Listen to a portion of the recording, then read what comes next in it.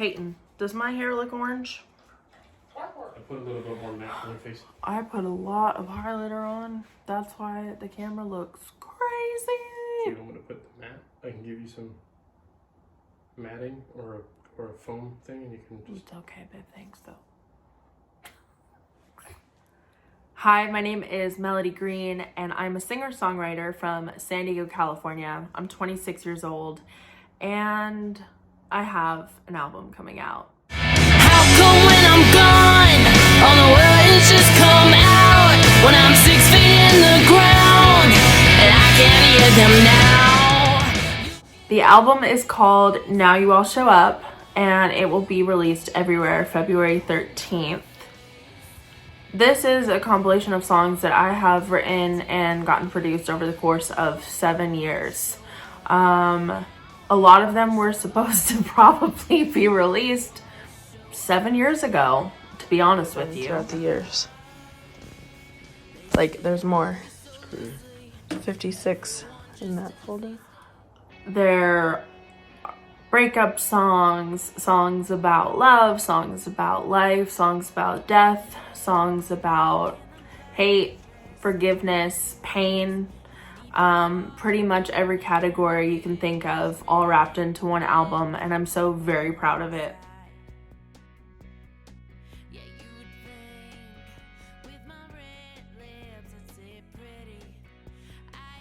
Although the songs were written here by me, I want to thank 3 people in particular for making this album happen.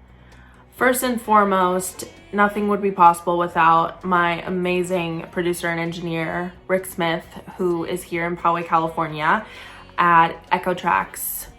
And he just is so patient with me.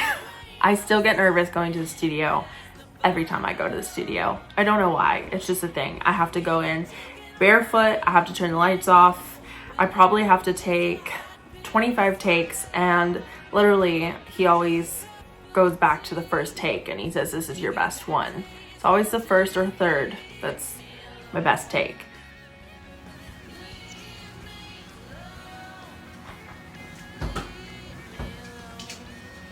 Go for it.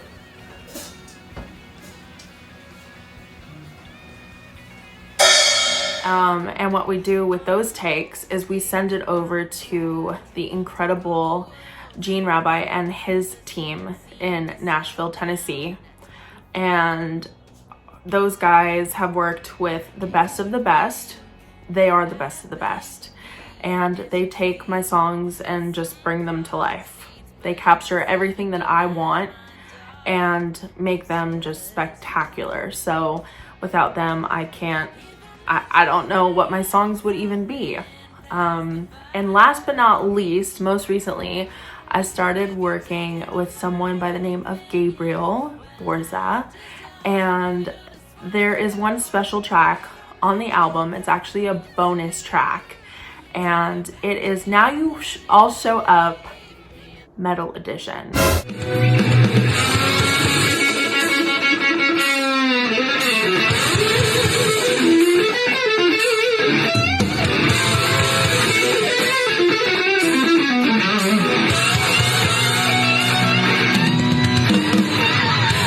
I won't leave anything, like, I won't give any, like, away any secrets, but basically you can guess where my second album is going with working with Gabriel. So I just want to say thank you to those 3 amazing people. A lot of people have seen the album artwork. It is a gravestone with my name on it. And, you know, the title, Now You All Show Up. And they're like, what is this morbid crap? And I just want to explain what this is really all about. So, the meaning behind Now You All Show Up is not just a song. It is literally a life meaning. I truly believe that people only show up in times where there's a wedding, something spectacular happens, something horrible happens, or you die. And so I really wanted to write a song about that. And so I truly believe that a lot of people that I have not heard from, actually I know, a lot of people that I have not heard from have suddenly shown interest in this current album just for the title itself. When people do good, people do bad. Somehow everyone gets really nosy. So that is just the meaning of Now You All Show Up, and I can't wait for you all to hear it.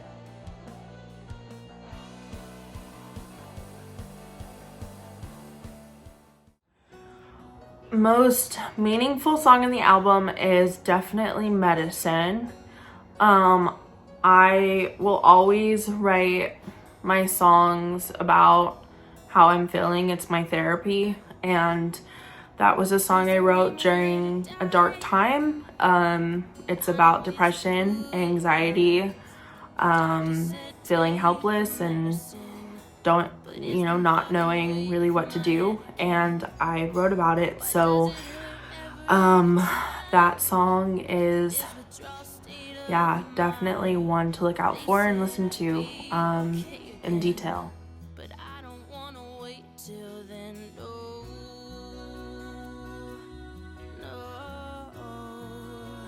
I don't wanna wait till then.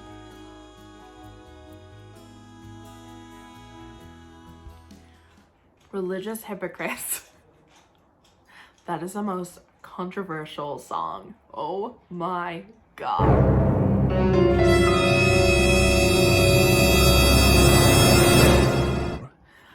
All I'm gonna say about that song, because I know people might go to that song first, please don't.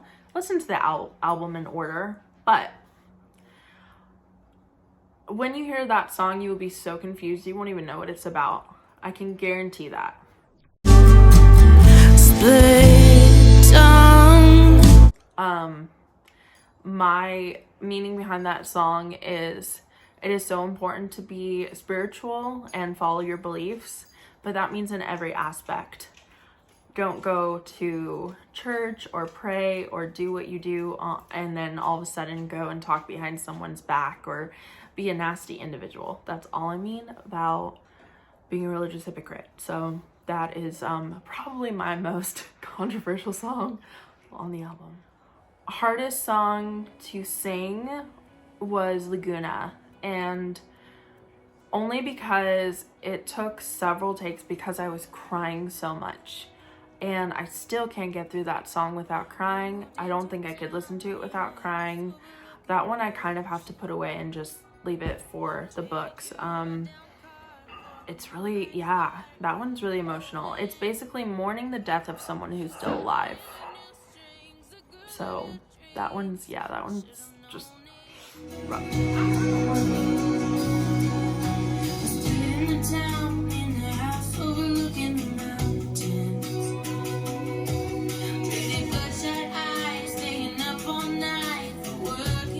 The first person I show any of my songs to is my mom.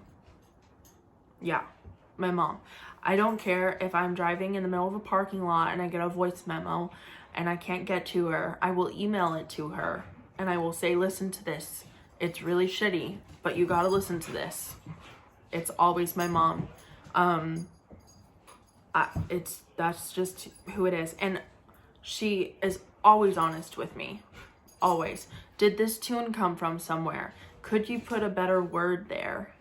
Or, oh my God, it's amazing, you can do no wrong. Which I'm like, no, please be honest with me. So yeah, it's my mom, always.